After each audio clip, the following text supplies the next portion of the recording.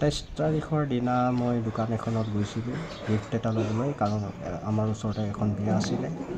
তাৰপিছত মই আৰু মোৰ ৱাইফ গৈছিলোঁ। গিফ্টটো লৈ থকাৰ সময়তে মই খবৰটো পালোঁ, তথাপিও মই চিয়'ৰ হোৱা নাছিলোঁ। মোৰ লগৰ এজনে য'ত কিবা এটা জব কৰে, মই তাক সুধিলোঁ তেতিয়া ঘটনাটোৰ বিষয়ে। তেতিয়া তেওঁ ক'লে ঘটনাটো হয়, আপোনাৰ কোন হয়? তেতিয়া মই ক'লোঁ মোৰ ভাগিন হয়।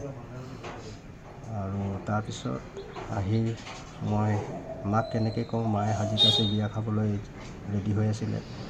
তো মই মোৰ মাজু ভণ্টিক ক'লোঁ, মাজু ভণ্টিও সিহঁতেও বোলো শ্বকড হ'ল, আৰু সেই যি শ্বকড হ'ল আজিলৈকে মানে চক্ৰতে আছে। শেষবাৰৰ কাৰণে তাই ছেপ্টেম্বৰত আহিছিলে। তাইৰ বায়েকৰ লগৰ ছোৱালীৰ বিয়া খাব আহিছিলে আৰু আমাৰ লগত এক ৰাতি কটাইছিলে। তাৰ নেক্সট ডে গুচি গৈছে। আৰু ঘটনা নহওক আমাৰ দেশখনত, আমাৰ অসমখনত।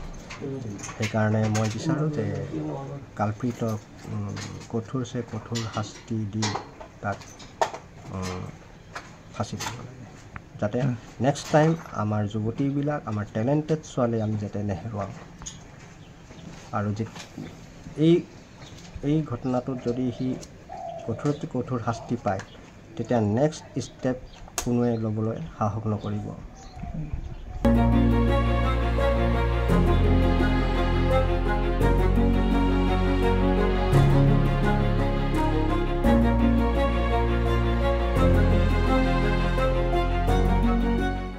27 তাৰিখৰ দিনা মই দোকান এখনত গৈছিলোঁ গিফ্ট এটা ল'বলৈ, কাৰণ আমাৰ ওচৰতে এখন বিয়া আছিলে।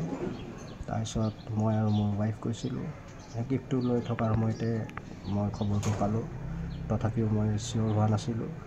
মোৰ লগৰ এজনে য'ত কিবা এটা জব কৰে, মই তাক সুধিলোঁ তেতিয়া ঘটনাটোৰ বিষয়ে। তেতিয়া তেওঁ ক'লে ঘটনাটো হয়, আপোনাৰ কোন হয়? তেতিয়া মই ক'লোঁ মোৰ ভাগিন হয়। আৰু তাৰপিছত আহি মই মাক কেনেকৈ কওঁ, মায়ে সাজি কাচি বিয়া খাবলৈ ৰেডি হৈ আছিলে। তো মই মোৰ মাজু ভণ্টিক ক'লোঁ, মাজু ভণ্টিও সিহঁতেও বোলো শ্বকড হ'ল, আৰু সেই যি শ্বকড হ'ল আজিলৈকে মানে চক্ৰতে আছে।